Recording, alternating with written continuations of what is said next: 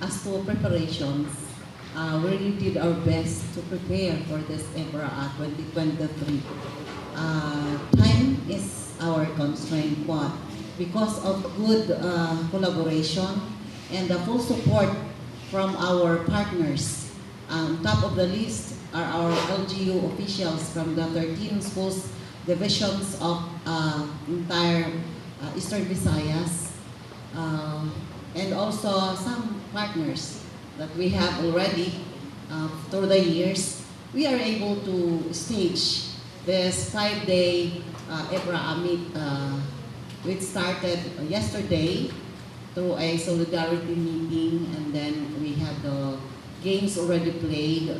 I believe swimming and boxing have been played yesterday, and until today and tomorrow will be the opening program because of some time constraints, also the conflict in schedule with our stakeholders. I'm referring to our congressmen and even our beloved Speaker of the House comes from here, would like also to attend our opening program tomorrow.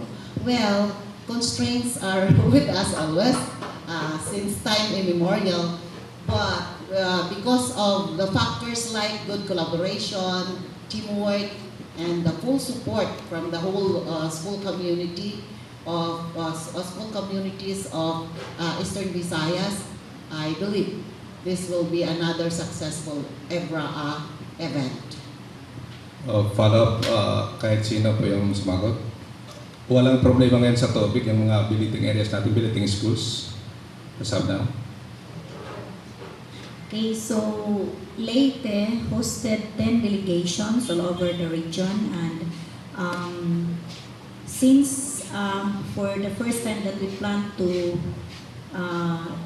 stage to conduct this Evraa for 2023, one of the major issues of accommodating or conducting it successfully is water.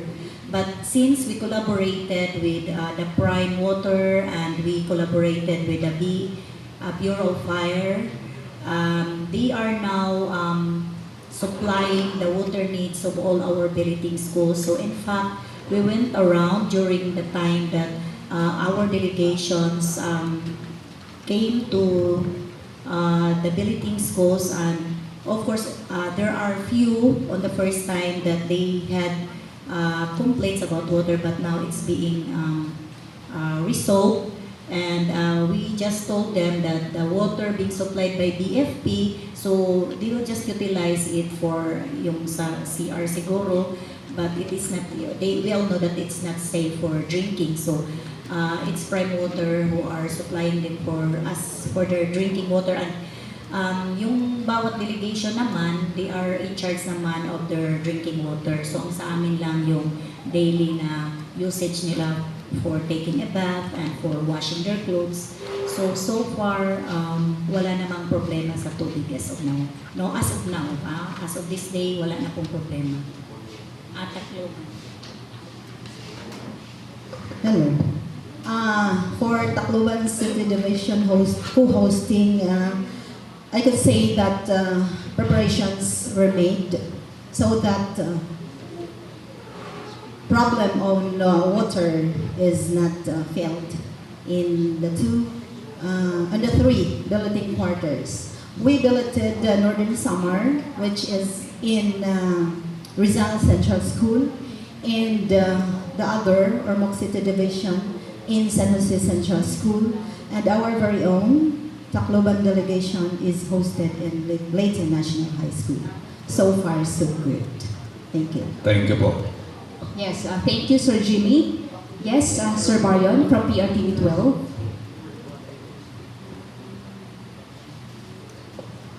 So in terms of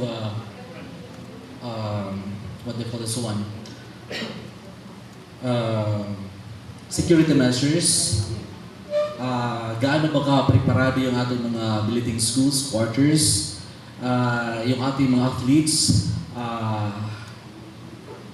gaano ba ninyo inaalagaan? Kasi in terms of food, kasi napaka-importante na talaga yung kakainin ng ating mga athletes ay talagang hindi, hindi contaminated. Kasi unlike in the previous Evraa meet na talagang mayroong problema sa mga bata na sumakit yung tiyan kasi nga reklamo sa pagkain. Thank you for that question. Those are relevant questions so far. Before we hold this Evraa meet, we conducted series of sports board meetings to ensure that these things are being looked into, like the security, the safety of our athletes and the rest of the delegates. We invited several stakeholders like the PNP, local DOH for help on other concerns. For food security, our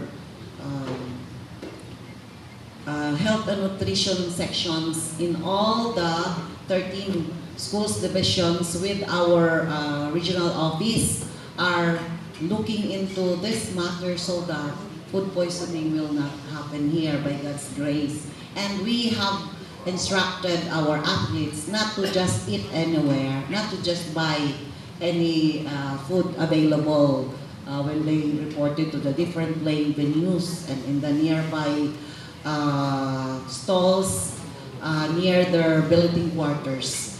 These things have been put into considerations in a way that all those who are involved in this Evraa meet will know or would know beforehand their respective roles and responsibilities, and that we involve everybody in the community, including our media partners, you. That's why we have this, we have set up this press conference, because we do not like that untoward events will happen within the duration, the 5-day duration of our Evraa 2023 meet. So we enlist you all, we need your support, and number one in our list is the security, and we are experiencing the intense heat of the summer sun as of the moment. That's why part of the contingency measures, and it's being spelled out in the recent DepEd memo issued and released by DepEd Central Office, that we have to do the games early in the morning, not later than 10 a.m. and resume in the afternoon at 3 p.m., 3 o'clock, or even 4 p.m., and then late in the evening, so that we could really complete all the games, the sporting events that are scheduled for Evraa Meet 2023. So security, safety, and everything has been taken into consideration beforehand. Thank you. As a rejoinder to the statement of R.D. Bilen, an aton security and aton health concerns is under the supervision of the Office of the Civil Defense. So under here iton OCD, so under the OCD, ada na the Bureau of Fire Protection, the PNP, and TUMECO, and Department of Health. So it is under the command of the Office of the Civil Defense under Director Byron, Director Byron. So itaton commanding officer yan na hininga mga teams, Lieutenant Colonel Astakaan, the Chief of Police of the City Police Officer of Eastern Samar or Borongan City. So hiya tot nagmamanage itong tanan, nagko-coordinate para diri magkakanya-kanya ini nga mga concerned agencies. So it is under the supervision of the Office of the Civil Defense. Good morning. I am Joey Gavieta of Leyte Samar Express and Inquirer. So, Leyte and Tacloban and even Samar was categorized under alert level 2 by the DOH. I'm just wondering if there will be some changes in the course of our hosting. Yes, we take into consideration that those mentioned places here in Eastern Visayas have rising cases of COVID again, no? So that's why if we are in a close area ngayon, we should wear mask as needed, but not so in outer spaces. So yes, we also consider that one, sir. But it did not outer because we already have considered this thing beforehand. All the players are vaccinated as well as your coaches, ma'am? Was it a requirement? It is a requirement. They cannot participate if they are not fully vaccinated. All the participants, the coaches, the tournament managers, the athletic officials, all of us, the key leaders, and above all, our learner athletes. Last na lang, what about the crowds? Will be there some limits, ma'am? Sir Joey, ang amon pinbuhat, Sir Joey, in order to avoid crowding, so makita ka, Sir Joey, iba-iba ang mga playing venues natin. So, warin natin iubos nga niya Grandstand in order to avoid crowding. So, nag-change kitahin mga playing venues. So, we will be providing you the new list of the playing venues kay para pag-decongest ang area. Kay para ma-avoid natin ang crowding. So, may na natin mga playing venues din na Tacloban, may natin mga playing venues sa Palo, may playing venues natin ha Tanawan. So, naka-spread ini nga aton mga playing venues to avoid crowding. Alright, so moving on, we have Sir Samuel. Sarwell Miñano from the Philippine News Agency. There are like 14 campuses that are designated as belittling schools. So probably walang mga pasok dito, ma'am. So what are the measures of DepEd to avoid disruptions of classes? Sir, for the information, we have an academic break within the week. So there is no conflict. And even if there are, shall we say, conflict in schedule, we usually resort to modular learning. Like next week, no, pag mainit talaga at yung classroom ay napakainit. So pwede tayong will go into online classes or modular learning. Yan po ang ating mga measures to be adapted if ever may ano. But for the Evraa, wala pong conflict sa classes natin. May academic break po. Ma'am, tungkol din sa adjustment because of the weather. So, kahit wala itong memo from the central, or may memo na ba sa regional office? Na dapat May memo na po sa central office po, and it is being properly disseminated to the field. So the playing time and also the shifting, the quick shifting to distance learning modalities, if ever ang classroom ay hindi pwedeng magklase ang mga teacher at saka yung mga bata dahil sa napakainit na temperature. compared to last year, mas marami bang games, events ngayon? And then how many participants compared to last year? Wala po tayo for 2 years, remember? 2019. Virtual lang yung games natin. Ay, hindi, konti lang. But now, 23 ngayon, all events are being played. Hindi nawala yung palarong pambansa. In 2021, we have the online palarong pambansa with selected events. Then last year, we have the bubble format. Mayroon tayong bubble na palarong pambansa. So nagkaroon pa rin tayo ng palarong pambansa during the height of the pandemic. But yan na, bumalik na ang regular nga face-to-face nga palarong pambansa. Pero gusto ko i-explain, and I hope that this can also be explained nga dito aton mga parents, mga stakeholders, nga may mga special features yan na ang aton palarong pambansa. Number 1, ang take-all policy for the team event.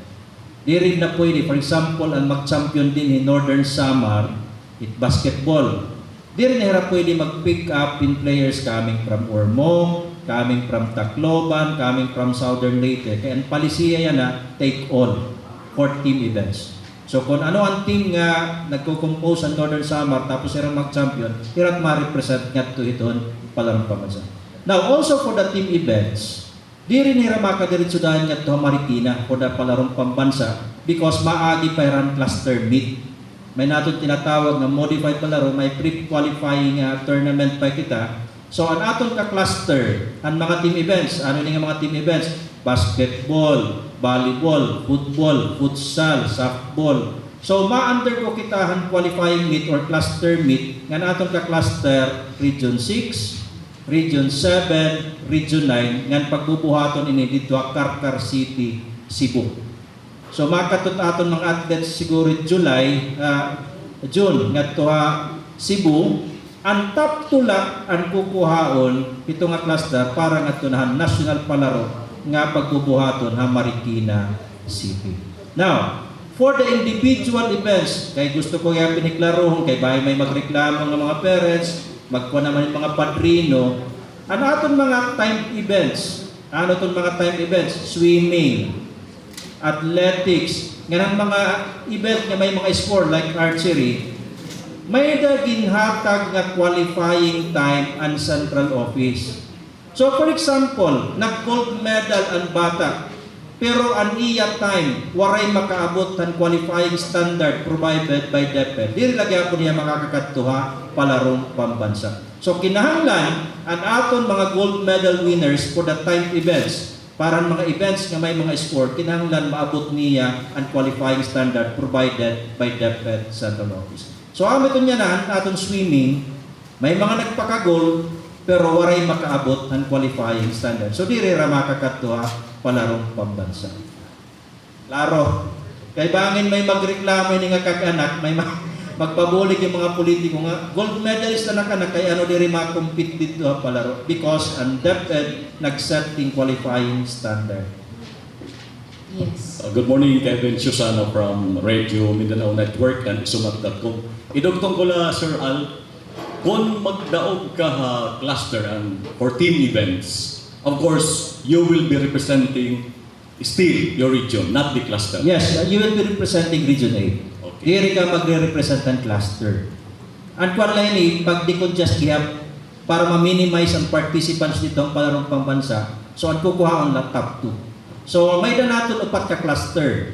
So ang first cluster, ang Region 1, Region 2, Karangahan, and Region 3. Ang ikaduhang na cluster, ang NCR, Region 4A, 4B, and Region 5. Kita, ikaturo kita ang cluster, ang 6, 7, 8, 9, tapos ang ikaupat ka cluster, and 10, 11, 12, nga karga, nga ng barn. So, amo ito ng ira pag-arrange ng clustering. So, ang top 2 hini, amo lang papadara ng itong national palaro. So, ibig sabihin, kada event, ang team event, 8 lang ang magkukumpit na dito ang palarong pambansa. Klaro. Okay, we from the media would want to take the best shot, the best angles. Tub-tub diin it amon boundary. Okay, I've been covering for so many years palarong pambansa and other events. Sometimes ginsasaway kami, sometimes binababayan kami kung nga init amon gusto. Can we go directly dito it on Grandstand? Pwede kami makakadto it haraan iton scorer table, di kami maka-score book. So, ang akong suggestion na, Sir Kevin, magkikipag-coordinate ka hiton tournament manager. Okay. So, kada event, may dayton tournament manager. So, kamot magko-coordinate dito, hit tournament manager, kung tub-tub laliin ka mo pwede sumulod. Kaya may dayton mga areas nga bawal pag sunod ng tangang media. Kaya party to yat playing court. So, mas maupay kung makipag-coordinate kita ito na aton mga officials, ganitong tournament manager of the event. Okay. Hain sir, it nagkakaputit central records para kami permi makaka-update. Is it open from 8 in the morning to 6 in the evening? Pwede kami makadaog para it latest tally or latest results. Kaya iti mahaamon, di rin magpipinan libot-libot kay mapasok. So mapakanto na lang kami itong central record system kung hain hira. If you want to get the latest results, then our chairperson is Dr. Alejandrito Iman. Dr. Alejandro Iman, and co-chaired by Dr. Alejandra Lagumbay. So, on that moment, siguro later on you can get the result, but we will wait also the submission of results from our tournament managers, because the tournament managers will give the official results to the HRs. Thank you. Yesterday, we were at the swimming pool. Ang mga kabataan natin, not only the athletes, who are competing sa swimming pool. But also those seated on the grandstand, they cheered for their teammates nila. Ibig sabihin na ang mga bata basta sports ay talagang gustong-gusto nila ang sports. Kahit tayo mga matanda tayo, di ba gusto natin ng sports? Pag magkaroon ng boxing ang ating people's champ, naku, titigil ang mundo. Not only in the Philippines, but the whole world. Ibig sabihin, for Filipinos, our talaga, normal sa atin na we love sports. Now, kailangan natin i-promote ang sports para ang mga kabataan natin ay lure away from the gadgets dahil may mga disadvantages at nakakamatay talaga yung gadget na whole day ang mga bata natin ay hawak-hawak lang nila at laro-laro sila ng mga gadgets. One of the young learner there in Caraga, because I went home over the weekend, a niece of the barangay captain in one of the barangays there in Sison municipality died because of too much exposure to gadget. Kaya kailangan natin ang mga bata ay we have to showcase, not only to lure them back to love sports, but we have to showcase their talents in sports and their interest. By competing with peers, they will be able to also build moral values. They will develop character and attitude, wholesome attitude, and aside from these things, they could also foster lasting memories with their peers. So, kailangan talaga natin i-promote ang sports. Not only for physical fitness, but also for the whole well-being of our students. And this is being exemplified in the Matatag Basic Education Agenda of VP and Deputy Secretary Sara G. Duterte that underscores taking good care of our learners by promoting learner well-being, inclusive education, and positive learning environment. Kaya tayo mga magulang, kailangan natin ang mga bata na babalik sila sa ating panahon noon na lalabas tayo outdoor at mag-game tayo ng iba't ibang mga laro. Laro ng lahi, kaya kasama sa ating mga events natin, ba't tayo lang ngayon. Yung laro ng lahi. Prior to the pandemic, in Davao region where we hosted, I was there before, kasama ang laro ng lahi because we want to revive the outdoor games for our young children. Just a quick response, siguro answer. May da kanina nagkakagawas ng mga reklamo social media. How true Dr. Kumpas na waray mga uniforme ang Tacloban delegation. Lumpas, okay. Hello. Actually, ma'am, uniform is already distributed. Ongoing. As of now, ongoing distribution of our uniform. Dili kulang. Ongoing distribution. That's the correct term. Sige. Good morning. My name is Fred Padernos, GB7. I have two questions. One is related to the Evraa, and the other one is not related to Evraa, but related to your work in your office. Okay. My first question is, what are the rewards waiting for our winners under this Evraa activity, and how soon could they get that rewards? Alright, so we will be channeling to the school's division superintendent of Leyte Division. Rewards, incentive, whatever. First and foremost, the first reward that our athletes can get is for winning medals. And another, and this is case-to-case basis. It depends on the LGU. Because the amount that we spend for the staging of sports greatly depends on the LGU using our SEF. So, may mga LGUs tayo na malalaki yung ibinibigay nila na mga incentives. And yeah, it depends on how the SDSS will lobby for the monetary incentives because we know that it can motivate more our athletes. No, for Tacloban, kasi I was the one preparing it for Tacloban before, we allocated incentives for our athletes. Different siya kung team event or individual event. And mayroon kami inallocate pero for Leyte, as of now, since we only have 4.1 million, it is only for the food and the uniform of our delegates. So, I talked already with Ma'am Ani, the in charge of the ICF of Leyte, mga last week that hopefully she can discuss it also to our good governor because it's different. It's a different expenditure, no, from the Evraa expenditure. So it's more on the incentives of our athletes. I don't know si Sir Fermo because Sir Fermo was once late superintendent for many years kung may inallocate din ba na monetary incentive for Leyte athletes. Previously, kay baga durda ko ang budget nga nahatag, kaya na please try to understand ngayon mga local government units are doing some belt tightening. Kaya naibanan man gud nira budget niya na by around 14%.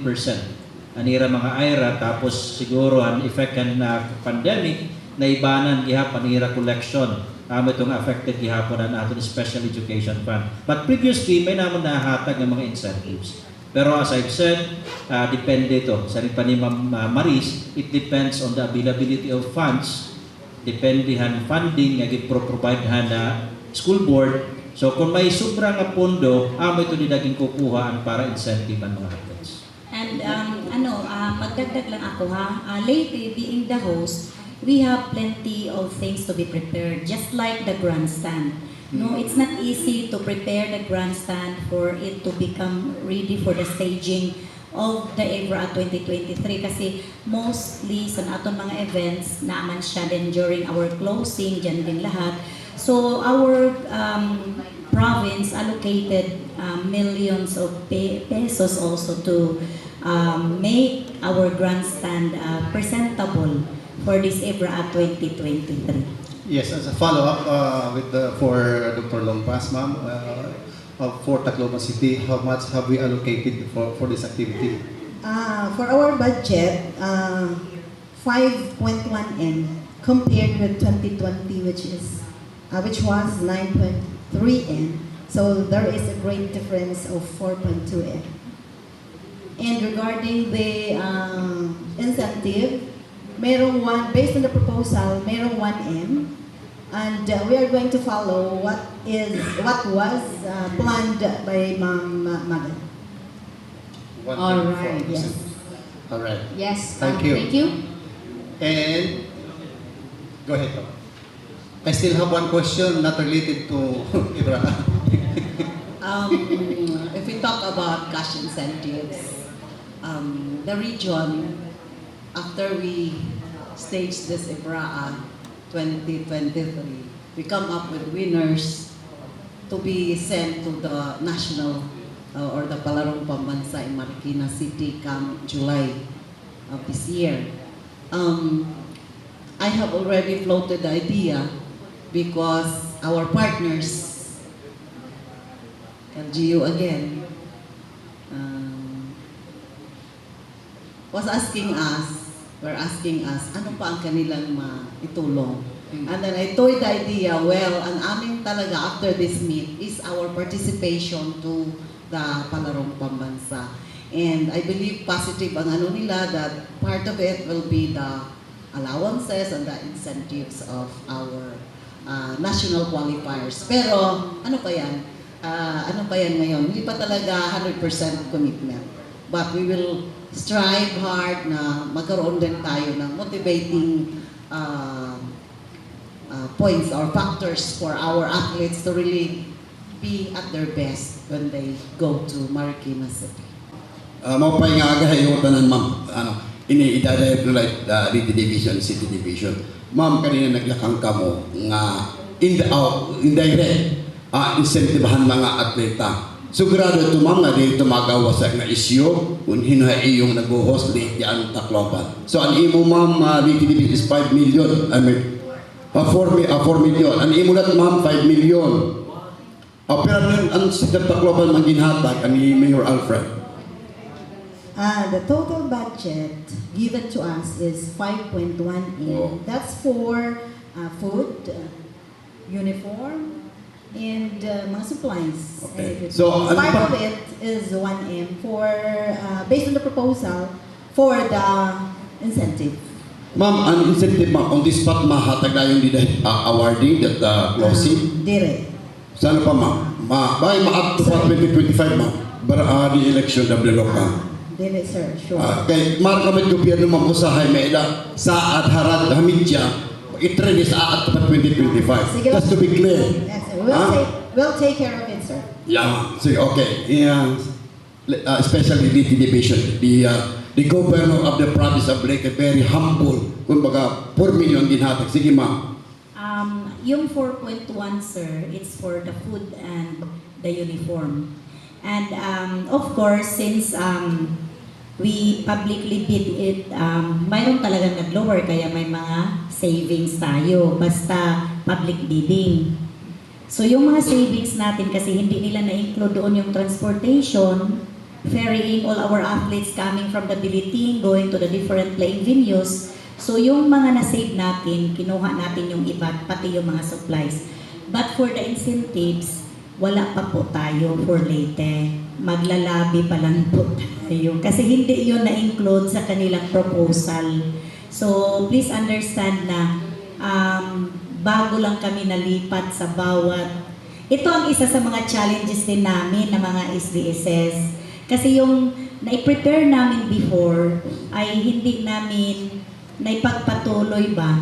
No? So, walang continuity. Pero it is being taken care of. Kumbaga, yung prepare mo noon, ito yung plan mo for the delegation, all of a sudden, na-transfer man kami, hindi mo man alam yung preparation ng kabila. Kaya, as much as possible na matransfer ako sa Leyte, for the past few days talaga, I tried my best to do the resourcing para mapunan kung ano man yung mga iba pang kakulangan. Pero yun nga, being the host kasi marami din ginagastusan yung province. But I know that our good governor is very supportive of us. Napakarami ng project ang aside from sports, napakaraming gusto ni Governor Ikot na mangyari sa buong probinsya ng Leyte. And it is very feasible, of course, through din the help of all our personnel in the division. Follow-up question.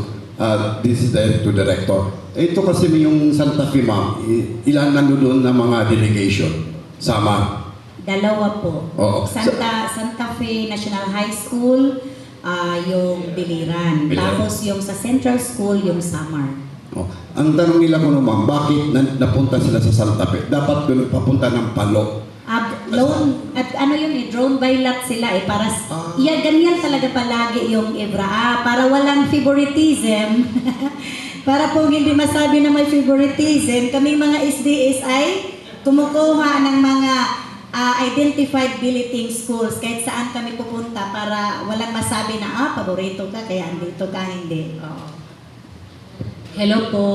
I just want to clarify, I have learned from the social media just yesterday regarding the sentiments of some parents in the city that they are the ones providing for the food of their children and ilang mga athletes. So, no support daw from the city. I just don't know kung city government or Deputy City Division and irregular reform. Is this true? Regarding food and question. Yes po. So far, we have already our catering service for the food. Starting, kailan ba yun? The first last Friday, ma'am. Ongoing until the last.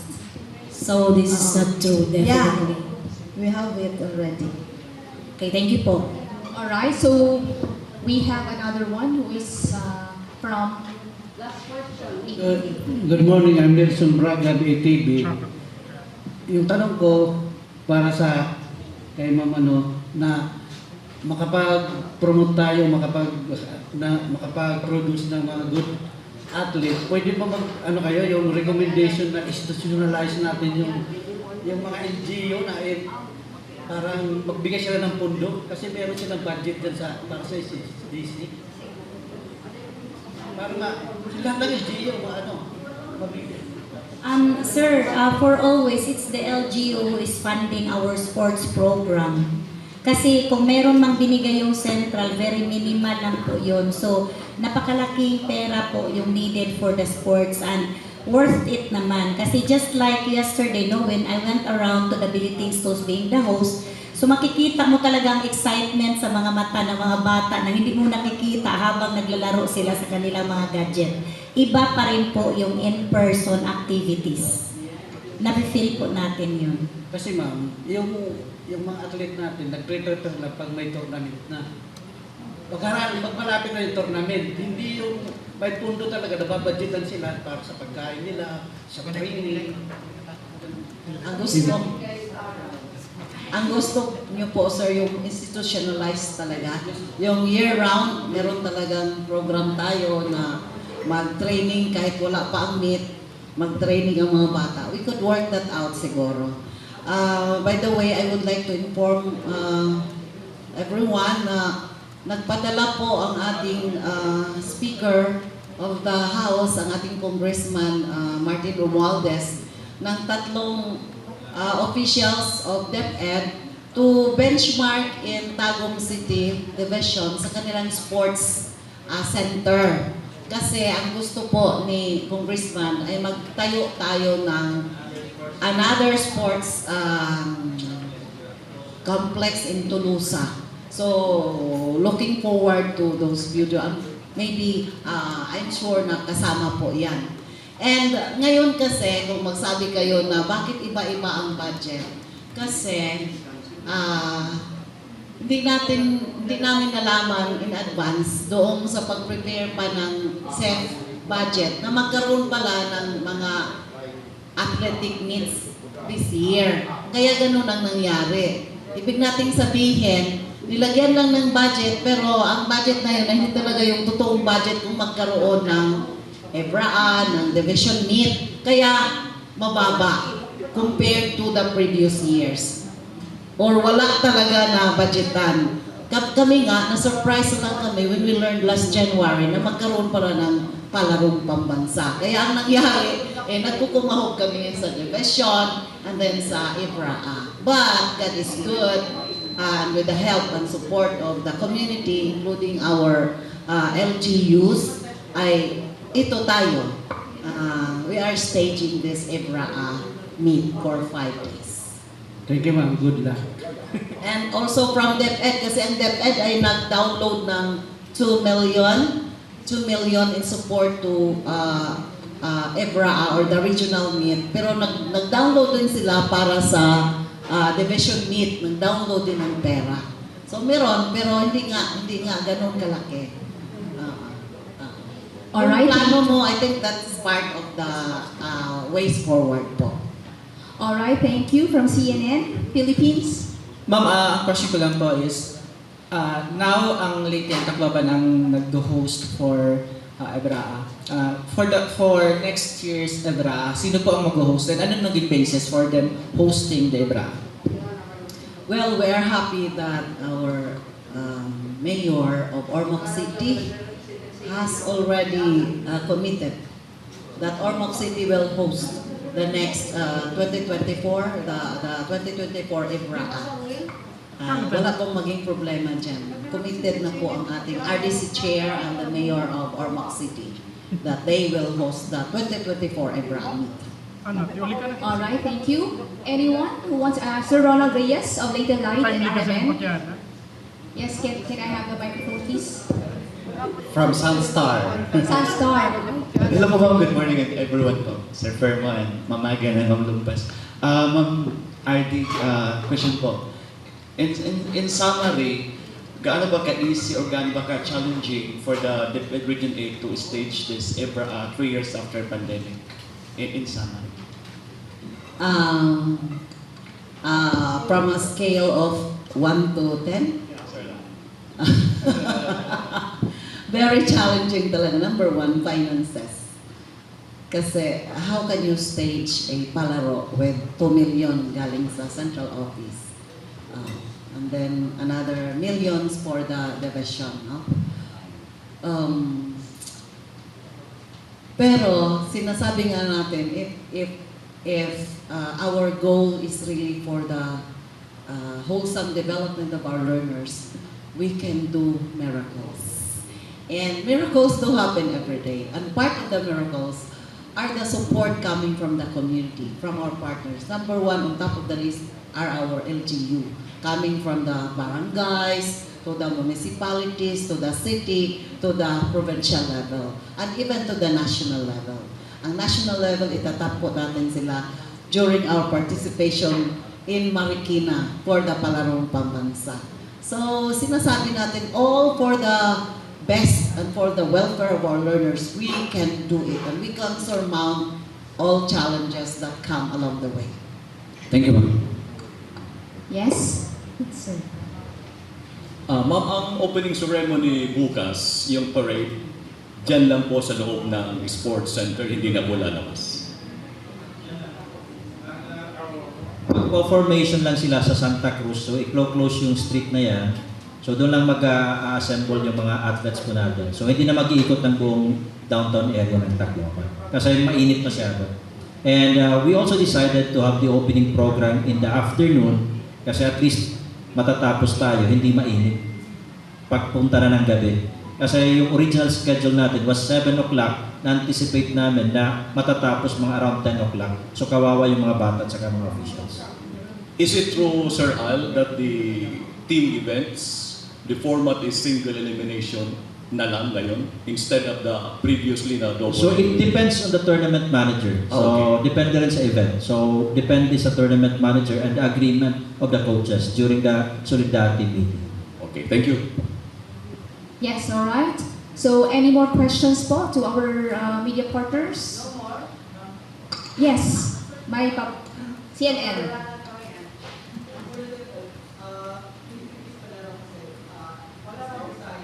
Always at the bottom 5, bottom 4 sa mga regions.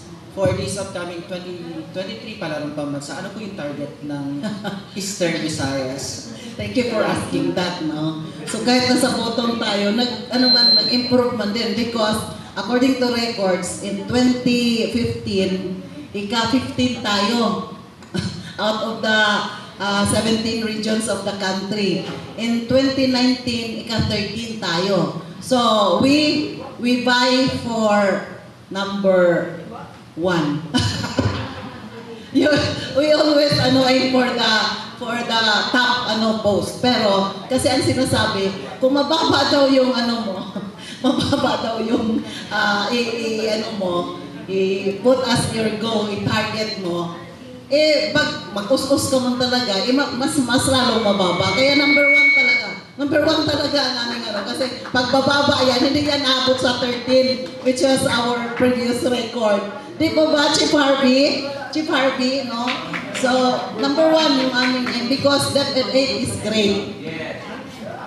All right, yes, that's true. We keep on aiming and hit that mark because Region 8 is great. All right, so I think we would like also to inform everyone that we have partners in this 2023 Evraa press conference. We would like to say thank you to City Savings Bank and of course, Tani's Bake Shop. All right, so we would like to call our regional director for a closing message in this 2023 Evraa press conference. Yes, thank you very much. Before I end, I would like to take this opportunity to thank all our partners. Number 1, the partners of the 2 host divisions, our Provincial Governor Jericho Ikot Pitilia for accepting the challenge of hosting to be the main host, and also to City Mayor Alfred Romualdez. Also to all the LGUs of the other 11 schools divisions. And last night I was so impressed. I was with the welcome socials, welcome night at Santa Fe, and the good Provincial Governor of Biliran, Provincial Governor Gerard Roger Espina was there. And I believe, I know he was giving incentives to his athletes, no? So look at that, no? But ang alam ko kasi, ang ibang mga LGU natin, si Governor Ikot wala kahapon, and even the congressmen, are in Manila right now with our beloved President, BBM, to set off our Philippine delegation to the SEA Games in Jakarta.